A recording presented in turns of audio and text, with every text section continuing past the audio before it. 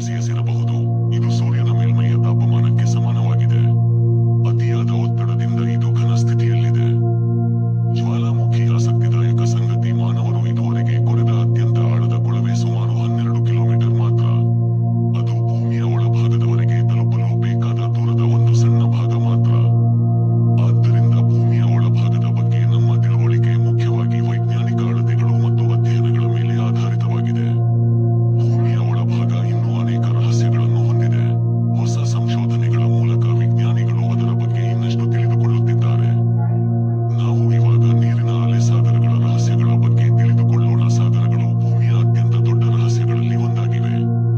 ಭೂಮಿಯ ಮೇಲ್ಮೈಯ ಸುಮಾರು 71% ಭಾಗವನ್ನು ಸಾಗರಗಳು ಆವರಿಸಿವೆ, ಆದರೆ ಅವುಗಳ ಬಹುಭಾಗವನ್ನು ಇನ್ನೂ ಸಂಪೂರ್ಣವಾಗಿ ಅನ್ವೇಷಿಸಲಾಗಿಲ್ಲ.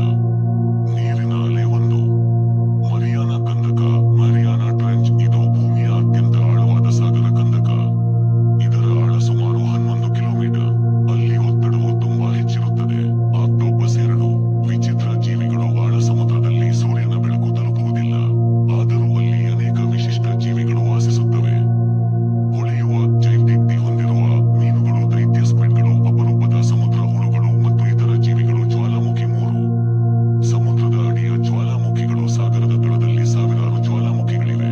ಕೆಲವು ಇನ್ನೂ ಸಕ್ರಿಯವಾಗಿದ್ದು ಹೊಸ ಸಮುದ್ರ ತಳವನ್ನು ನಿರ್ಮಿಸುತ್ತವೆ. ಬಿಸಿ ನೀರಿನ ಬುಗ್ಗೆಗಳು. 4.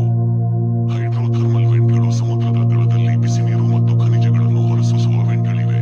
ಇಲ್ಲಿ ಸೂರ್ಯನ ಬೆಳಕು ಇಲ್ಲದಿದ್ದರೂ ರಾಸಾಯನಿಕ ಶಕ್ತಿಯನ್ನು ಬಳಸಿಕೊಂಡು ಜೀವಿಸುವ ಜೀವಿಗಳ ಸಮುದಾಯಗಳು ಕಂಡುಬರುತ್ತವೆ. ಪ್ರಪಂಚ ನಕ್ಷೆ 5. ಇನ್ನೂ ಅನ್ವೇಷಿಸದ ಪ್ರದೇಶಗಳು. ವಿಜ್ಞಾನಿಗಳು ಸಾಗರದ ದೊಡ್ಡ ಭಾಗವನ್ನು ಇನ್ನೂ ವಿವರವಾಗಿ ನಕ್ಷೆ ಮಾಡಿಲ್ಲ. ಹೊಸ ಜೀವಿಗಳು ಮತ್ತು ಭೂಗರ್ಭದ ರಚನೆಗಳು ಇನ್ನೂ ಪತ್ತೆಯಾಗುತ್ತಿವೆ. ರತ್ನಕಲ್ಲು. ಆಸಕ್ತಿದಾಯಕ ಸಂಗತಿ, ಸಾಗರದ ಅಡಿಯಲ್ಲಿ